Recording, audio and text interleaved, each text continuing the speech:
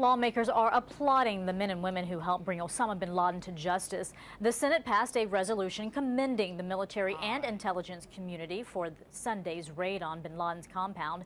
It was a chance for members of both parties to reach an easy agreement. Osama bin Laden launched this war on the false assumption that America didn't have the stomach for the fight. On Sunday night, he learned how wrong he was. These heroes confronted fear with brilliance and bravery.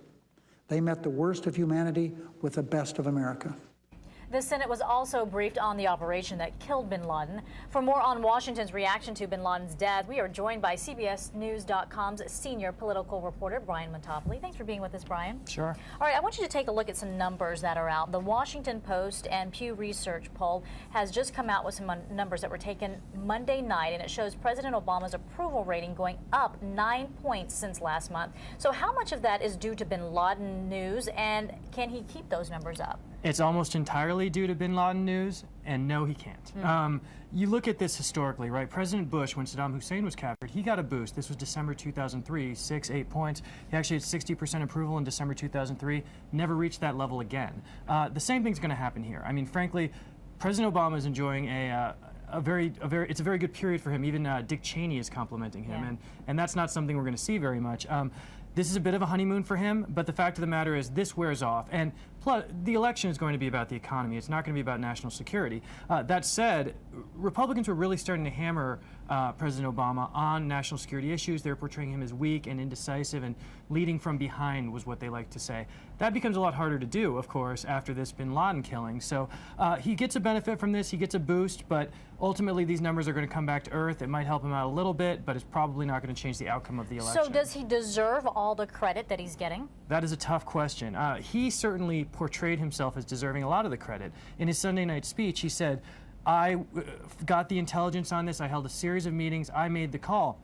It's also worth remembering he had the option at one point of bombing this compound, of obliterating it, and he chose not to. He decided to go with this SEAL attack. Which is more of a high-risk scenario, More right? high risk, but it also means that you can get bin Laden's DNA. You can potentially prove to the world with a photo, although they haven't done that, that he is indeed dead. They felt that it was very important, for understandable reasons, that you can't just sort of say, we blew up this building and bin Laden was in it. And that's part of the reason he made that determination. Now, President Bush, however, is the one who started this, of course, right? This intelligence goes back 4 or 5 years. And there's a debate right now about whether the intelligence came as a result of what are called enhanced interrogation techniques, what some people call torture. These are the techniques that President Bush authorized, but then President Obama said this isn't the way we should be doing things. Some people are saying, look, without these intense interrogation techniques, we don't get this information from these detainees. Speaking of information, I want to shift gears now because last night Vice President Biden said that not only did President Obama's national security team know about this operation, but several members of Congress, I think he said more than a dozen. Are you surprised that there were no leaks? It seems like a lot of people were kind of shocked when the president made the announcement that Osama bin Laden was dead. Well, Vice President Biden spent a lot of time in the Senate, and he was shocked that it didn't come out. I mean, in Washington, when a member of Congress knows something, they've got reporters chasing them. There's a lot of pressure to leak this information. That said, this was the hunt for Osama bin Laden. I mean, I hope that our elected officials and anyone that's affiliated with them understands that this is the kind of thing you need to keep quiet. I mean, I think it's frankly a testament to the fact that we still can have secrets, because had this gotten out, it would have been a disaster. So I guess I'd say I'm pleasantly surprised. Washington is very leaky. In this case, they didn't leak, and that is a very good thing. And also, when it comes to how the operation played out, there's a lot of debate over Pakistan's role or its lack of. The president said this was solely a U.S. operation. Pakistan, in a way, has a little bit of an egg on its face because, Osama bin Laden was living out in the open, it seemed, so close to Islamabad, the capital. I mean, I want people to understand how in the open he was. He was living in a giant compound in a suburb of the capital next to a major military facility.